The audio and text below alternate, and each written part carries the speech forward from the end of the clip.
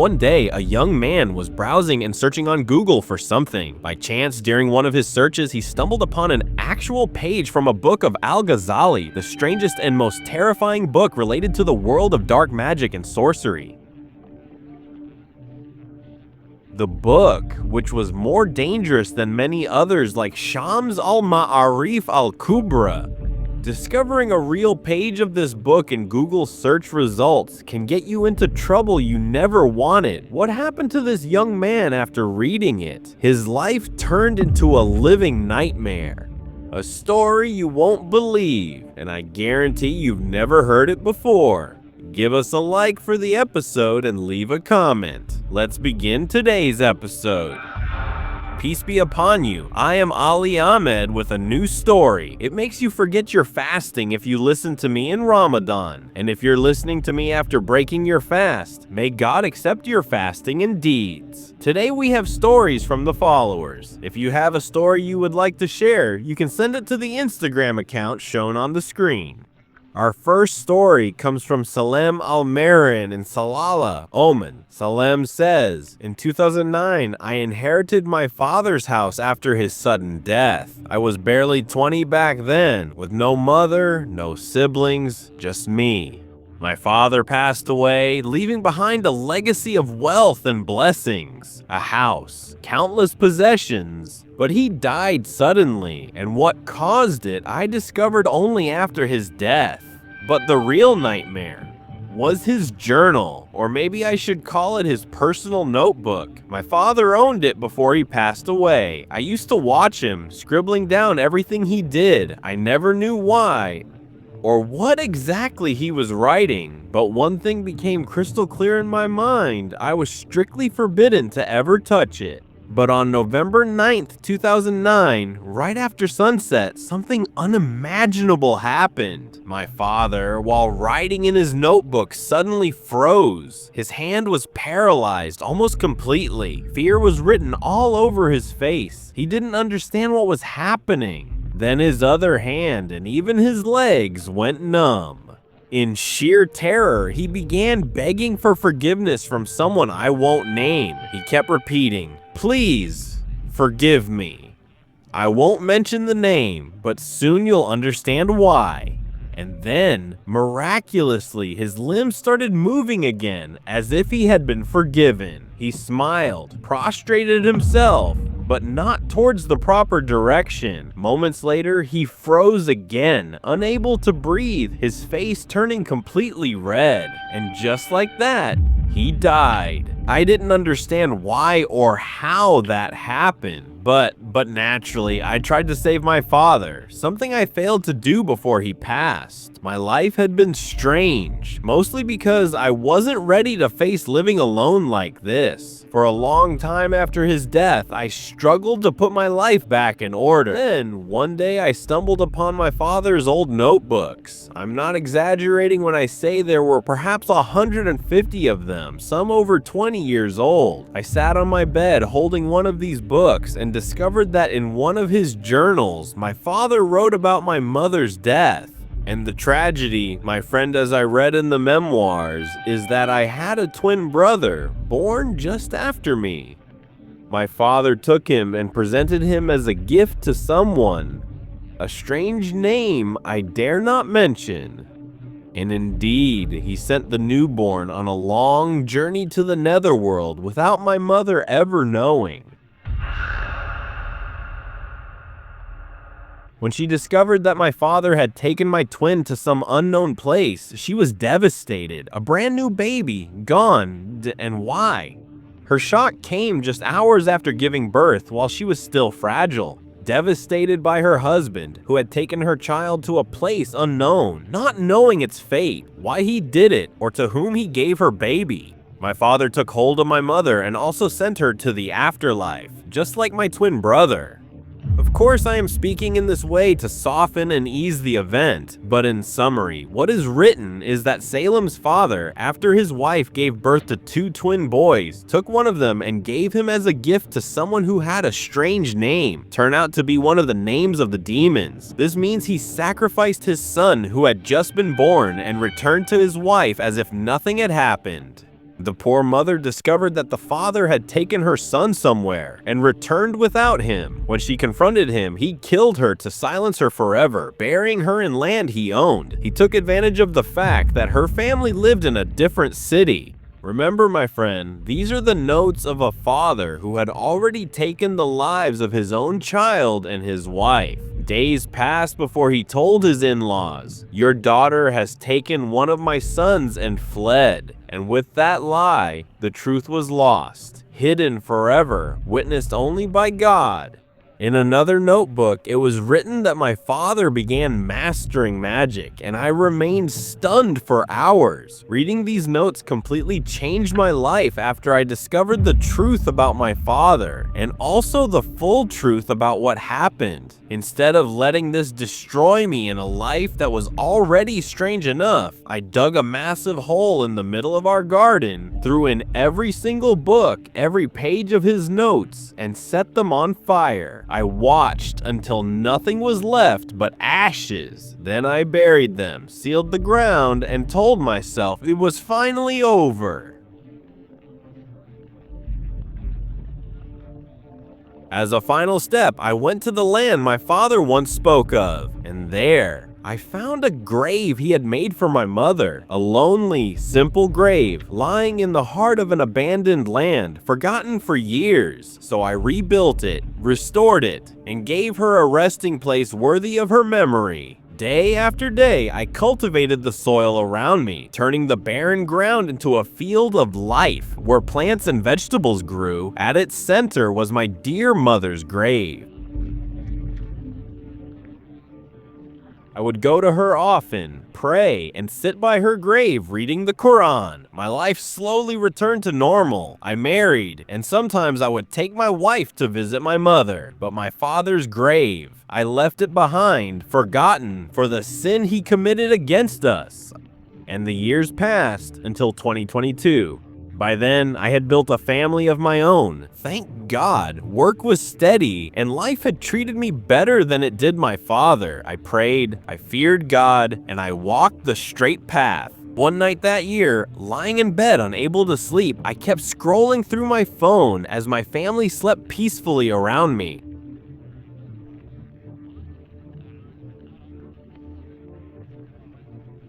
Restless, I wandered through apps until eventually I found myself on Google, searching for something. But during the search, I remembered something I had forgotten for years. The name that my father mentioned moments before his death, in his last moments. I said, let me search, maybe I'll find some information or something about that name to at least know exactly what it was. And indeed, in my first search for the name, I found it in one of the pictures, a page from the Book of Al Ghazali. The page consisted of symbols, writings, shapes, and that name was mentioned among them. The Book of Al Ghazali is infamous, whispered about as a work of sorcery, said to eclipse even Shams al-Ma'arif. But here's the twist. Its true author remains a mystery. It was falsely linked to the great scholar Abu Hamid al-Ghazali, a towering figure of Islamic thought. In truth, he had no connection whatsoever to this dark book of magic.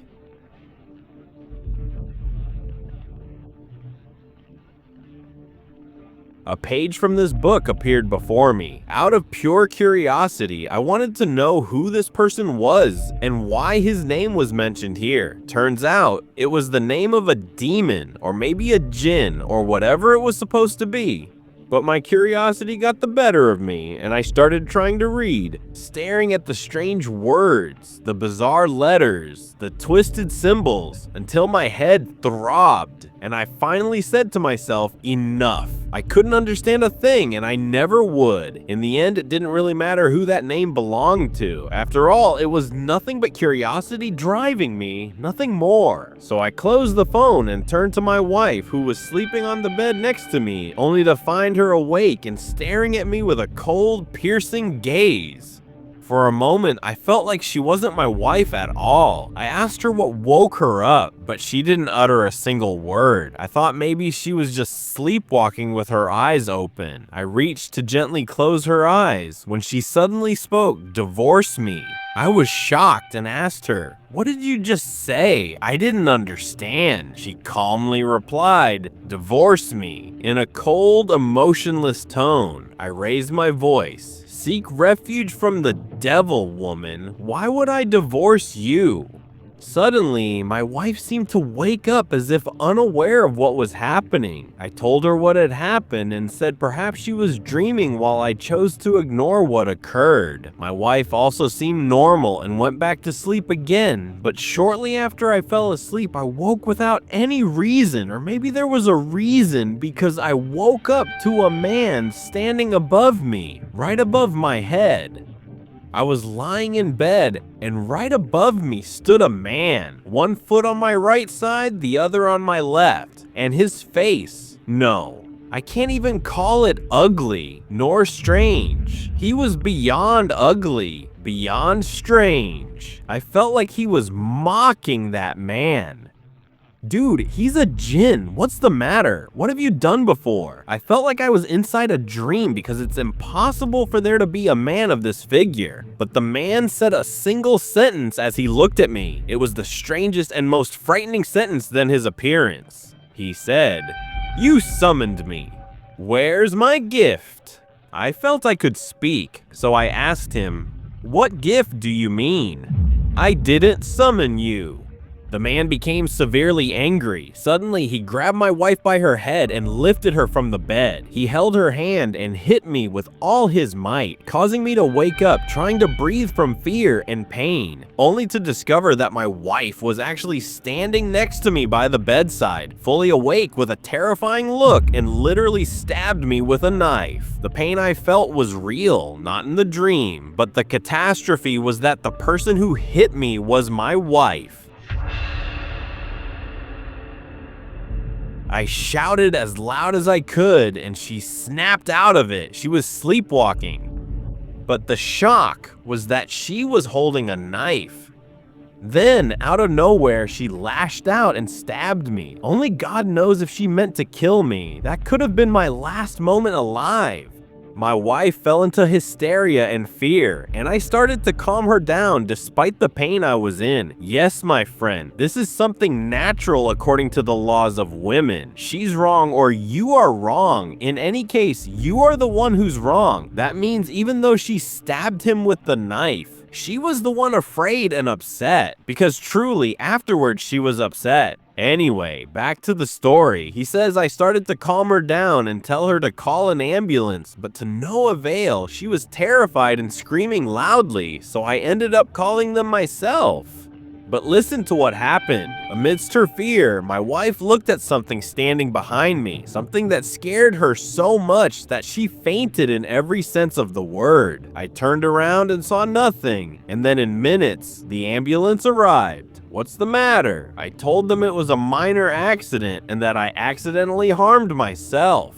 If you're wondering how the paramedics didn't doubt my words, it's because when the ambulance arrived, I opened the door and stepped out with difficulty, leaving my wife unconscious on the floor so they wouldn't see her and possibly cause trouble. They asked me if there was anyone in the house. I said no. They said okay and took me to the hospital, and since the injury wasn't severe or deep, I was discharged after a few hours, with all my concern being to return home and see what happened with my wife. I opened the door and found her awake and normal, but in shock. What's the matter? She said she didn't know. She woke up and found herself holding a knife and nearly stabbed my leg. She got scared involuntarily, and the situation spiraled until she saw behind me a very strange, ugly, and terrifyingly enormous man standing behind me without me knowing. All I remember is that he was addressing me, calling me by my name. So-and-so hit him, and he kept repeating himself in extreme anger.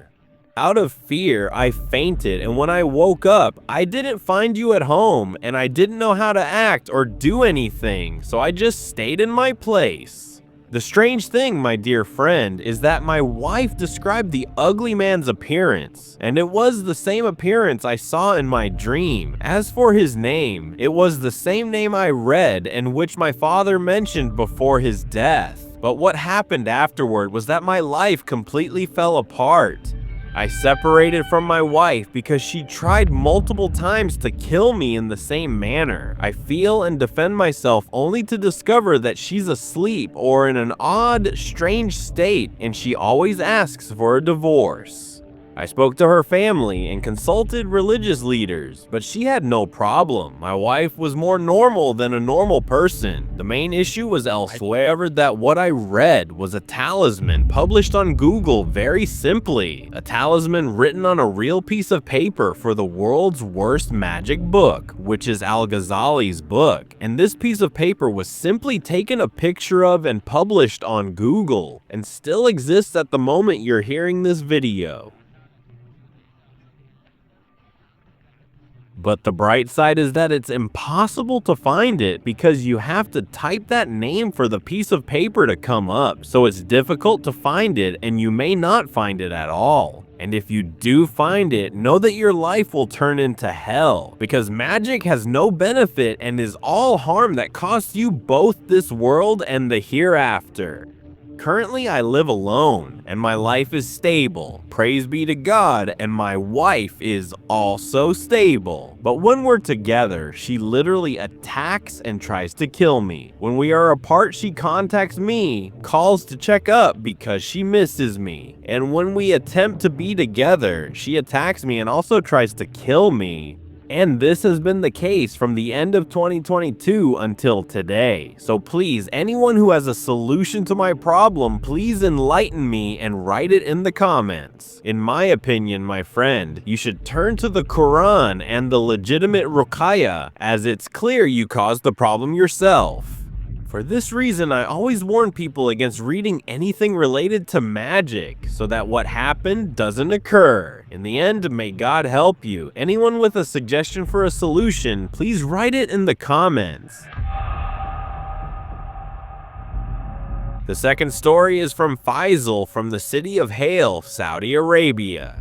Faisal says, I'm 26 years old, a young man who owns a small business and a person who loves work and responsibility. Every day I leave at the start of the day and return around 5 o'clock just before sunset. After a hard day's work, I reward myself with a meal I love from any restaurant and also spend time with the kids. I suppose kids refers to friends. Importantly, 3 years ago from today's date, I managed to achieve incredible profits from my small business. I considered this a great achievement deserving of a respectable reward, a meal from a restaurant, hanging out with friends, staying up late, and a day off the next day. And that's exactly what I did. I ate and went out with friends. At that time, I stayed out late, enjoying to the fullest with my friends in some place. Suddenly, one of the guys started talking about a house in the neighborhood.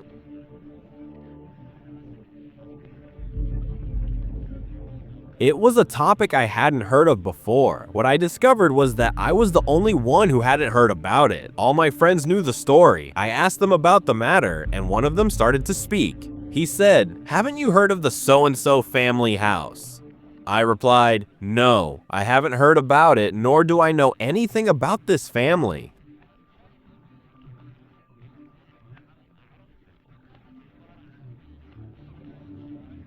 My friend said, "You know the big villa at the beginning of the neighborhood?" I said, "Yes, I know it. It was a villa at the start of our street at the beginning of the neighborhood where I live."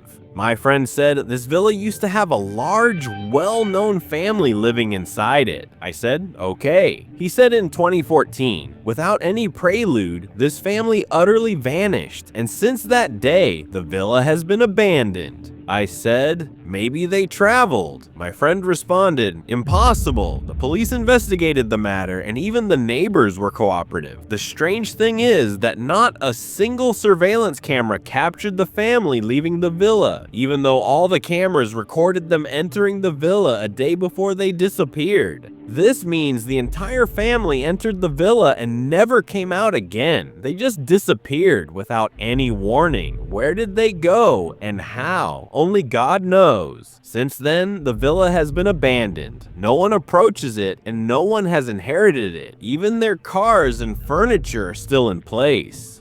I told my friends, maybe they just traveled or moved. It doesn't have to be mysterious. My friend said, everyone in the neighborhood knows the villa is haunted by jinn. Even if you ask your father, he might confirm this. I told them, honestly, the way I see it, the villa is normal. There's no jinn or anything mysterious about it. All these people are just exaggerating the matter. My friends weren't pleased with what I said, and they were insistent that the place was haunted by jinn and that possibly the jinn were behind the family's disappearance. I told them, and to prove to you that this villa is completely safe with no jinn or devils, I'm going in to see for myself and prove that people love to add spice to stories, because this is a natural human trait.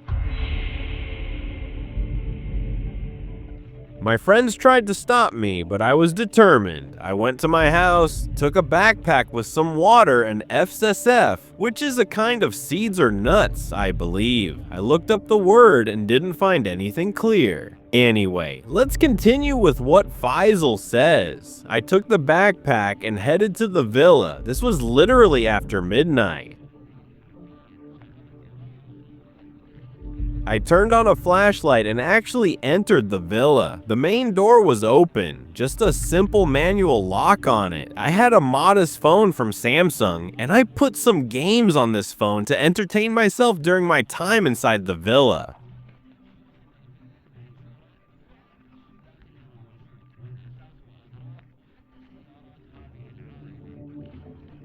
I began walking through the abandoned villa, and indeed, everything inside was there. Furniture and belongings, even the family's cars. It was as if they left their home quickly without taking anything. I planned to stay for a continuous 2 hours, sitting in the middle of this villa to prove that I was right and that people truly exaggerate and lie. I laid a piece of cloth on the ground, literally in the middle of the villa, and the light was on perfectly. I won't deny that I felt like I was in a rather creepy place and felt watched as if someone was observing me, but in the end, I didn't see anyone or notice anything, and I continued browsing my phone while time passed. Indeed, I heard scratching sounds on the ceiling and then footsteps inside the place. The sound of steps, as if someone was walking, running, and also jumping. It was a very strange and wondrous matter, but I didn't care despite my fear, thinking maybe it was my imagination due to the quietness of the place. Time passed, and the 2 hours literally flew by. I exited and headed towards my friends, who were shocked at how I managed to enter and exit without caring or being afraid, spending 2 whole hours in an abandoned villa. The result was they were convinced that the villa was just a normal abandoned place. But did it end that simply? Certainly not. The reason is that once I returned home, I slept and dreamt of being in my room. The view from the window was facing the place where I sat inside the abandoned villa. In other words, the view outside the window was from inside the villa, not from outside. I opened the window and found the exact place where I had been sitting. A very strange thing, but it was a dream. However, the bigger problem is the continuation of the same dream, with many nightmares continuing from that day to this moment, my friend. Every day when I sleep, I have very disturbing nightmares regularly. No matter how much I try to read supplications, these dreams never disappear. The common factor in my dreams during this long period is the abandoned villa and the place I entered and sat in at that time. What's the solution? I have no idea, but I'm at a loss to find a way to get rid of these nightmares. My friend, although I usually express my opinion naturally, I advise you to read the Quran, not just listen. I mean, open the Quran and read. I heard this advice from a sheikh, and hopefully it will make a difference for you and you'll improve. I advise you to read Surah Al-Baqarah. And I advise you, my viewer friend, not to do as Faisal did. I mean, what did you gain by entering an abandoned place and ending up like this? Instead of entering an abandoned place and getting into psychological issues, enter the channel and subscribe so you can watch past episodes, enjoy them, and benefit from people's experiences. If you click the bell and share the video, you'll see future episodes. They will be stories literally unheard of anywhere. Stories you hear for the first time, and you'll be among the first to hear them. If you follow me on Instagram, you'll see my life outside YouTube. I'm Ali Ahmed. Goodbye.